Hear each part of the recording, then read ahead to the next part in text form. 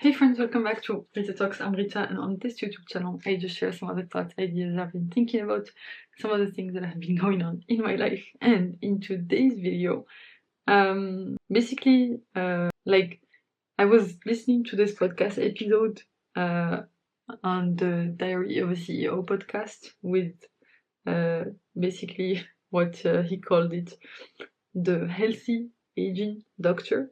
And this is Dr. Vonda Wright. So this is the podcast episode. Let me hide myself so that you can zoom in. Yeah, this is the podcast episode. It's very good.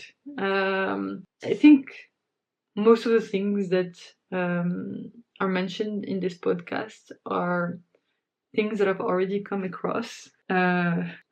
Mostly thanks to Steven's podcast and other stuff that I've been learning from. But it's always a good reminder of that I'm on the right track with my kind of health habits and stuff. So the importance of lean muscle mass, basically health, what am I saying? Muscle mass, cardio, and mobility work, so yoga and that kind of stuff. And basically, actually, something that I thought was interesting that I had never encountered before is this finding that basically, in her research, this Dr. Vonda Wright, what she did is one of her studies. They studied high performing athletes. So basically, people competing in the equivalent of the Olympics, but for older people. So basically, people who compete competitively in track and stuff, but as you get older. And actually they found that they were asking about this question of even among these active people, when do we start to see a decline in performance, a true decline in performance, even if they're maintaining or even if they're athletes. And so that was very interesting. And basically the finding was that this huge decline does not happen in your 40s, does not happen in your 50s, it does not happen in your 60s, but it happens in your mid 70s. And basically they didn't know whether it was because of genuinely biological factors that are preventing you from maintaining that performance, or just from the fact that you don't train as much once you reach that age. But this was even among that the most active of that kind of age group. And so basically the conclusion from this is that if you're not in your mid-70s, you have no excuse to not be trying to improve your health. And you cannot say, I'm too old for this. If you're not in your mid-70s, you have no excuse. You cannot just say that. And so we all have to keep, we have the ability to improve and get better much later, still much later than we as a society assume. And so you have no excuse until your mid-70s for slowing down on your kind of exercise habits and working out habits and that kind of stuff. You cannot say, I'm too old for this if you're not in your mid-70s. So that was actually very cool to see. And I think that was the only note that I took from this podcast, because it was the only thing that I thought was interesting, just because I've listened to a lot of podcasts about health and stuff, and I'm well aware of most of the other things that they talked about. So basically just the basics. So sleep, nutrition, and when it comes to training, strength training is absolutely crucial, especially your lower body strength, because that's what allows you to stay, to get up, walk, be autonomous as you get older. That's one thing. You need to have the ability to balance. So basically, developing your ability to balance so that you don't start falling, and also you need to develop like kind of feet speed. So let's say you are about to fall, you need to be able to extend your legs quickly so that you don't fall and break break a bone, which is usually causes a lot of quick decline in health conditions, like basically having a broken bone, and that actually like leads to very fast deterioration of health, especially as we get older. Some other things about menopause and that kind of stuff. I think there was this other. I think there was like the menopause doctor, basically that was maybe the title, if I remember correctly, on the Diary of a CEO podcast about this. So I think she just talked about again like this idea of supplementing estrogen when you're starting, like when you're getting in the age of like, okay, you're perimenopausal, and then you start, I mean, maybe I'm not saying the word right, I don't know if it's I think maybe it's pre-menopausal, and you're starting to lose your estrogen, and basically estrogen is the hormone which allows female bodies to work at their best. And it's why basically like in our monthly cycle, like when we have high estrogen, it's usually in the first 15 days, like in the first half of our cycle, and basically we feel like we can take on anything, and we can.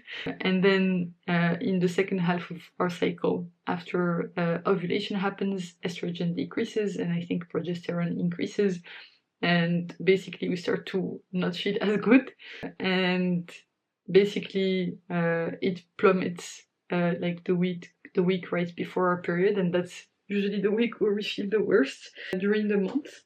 And then it resets all over again the moment that we have our period. So basically, like this is something that I'm definitely gonna do when I get to that age, if I do. I hope so.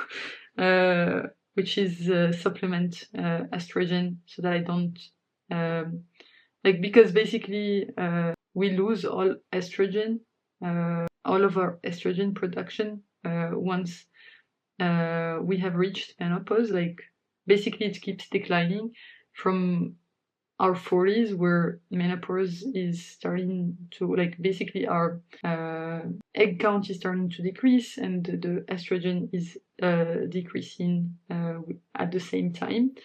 And basically when we no longer have any eggs, then that's when we've reached menopause.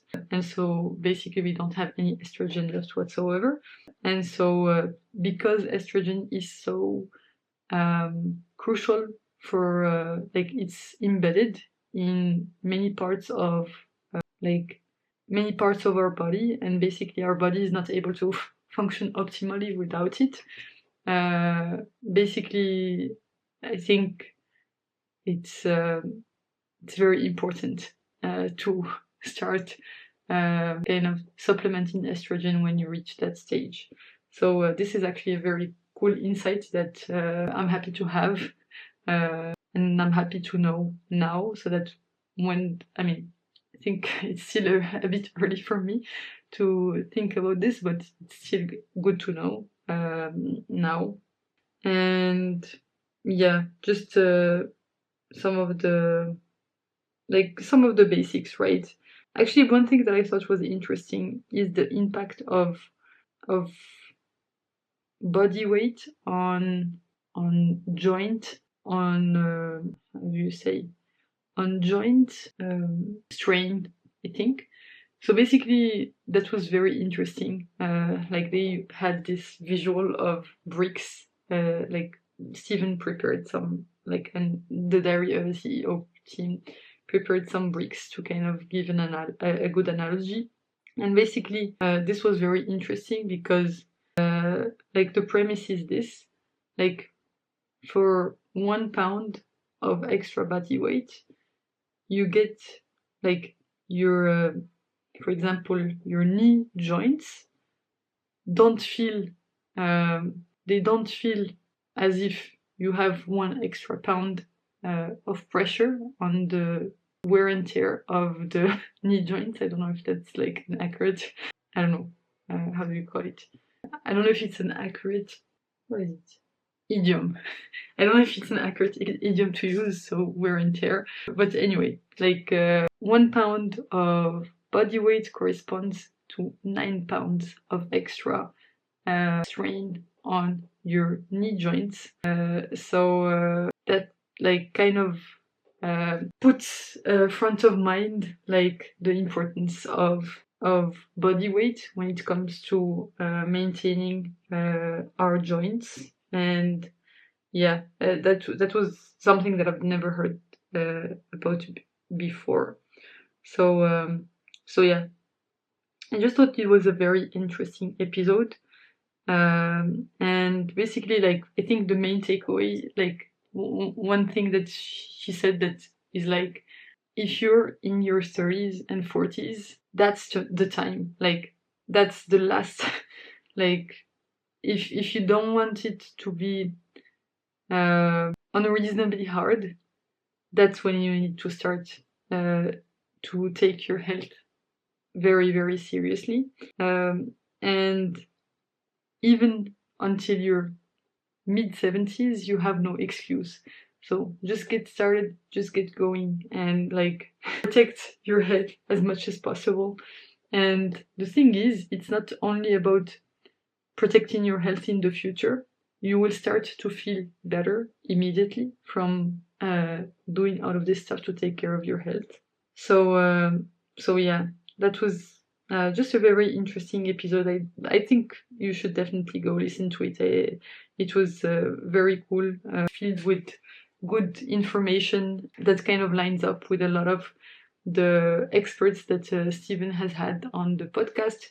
So it's very good to have some reminders of these kinds of things that we kind of forget about. So that's why I actually really enjoy the Diary of a CEO podcast, because especially these kind of episodes about health, they just serve as, like, small reminders, like, hey, it's good that you're doing this thing, keep doing it, here's the research again, remember this. And it's like small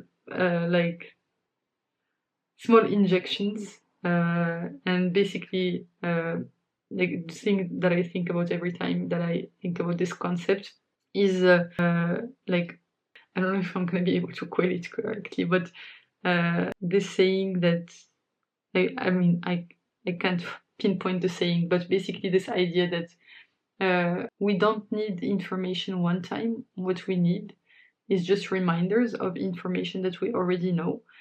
And so these kind of podcasts serve as good reminders, at least for me. That's how I found it in my life.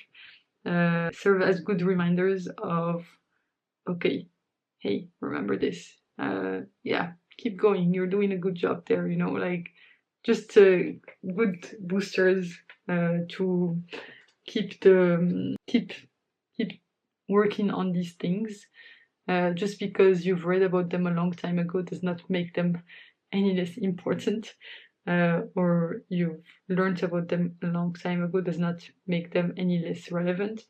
So yeah, I love these kind of episodes. So thanks a lot, Stephen, for these amazing bits that you host. And yeah, thanks a lot to you guys for tuning in today. You can click here to watch my previous video on the channel right before this one, or you can click here to watch my latest video on the channel overall. Thanks again for tuning in. I hope you have a fantastic rest of the day, night, whichever time of day it is, where you are right now. Bye for now, and I will hopefully see you in the next one. Bye bye.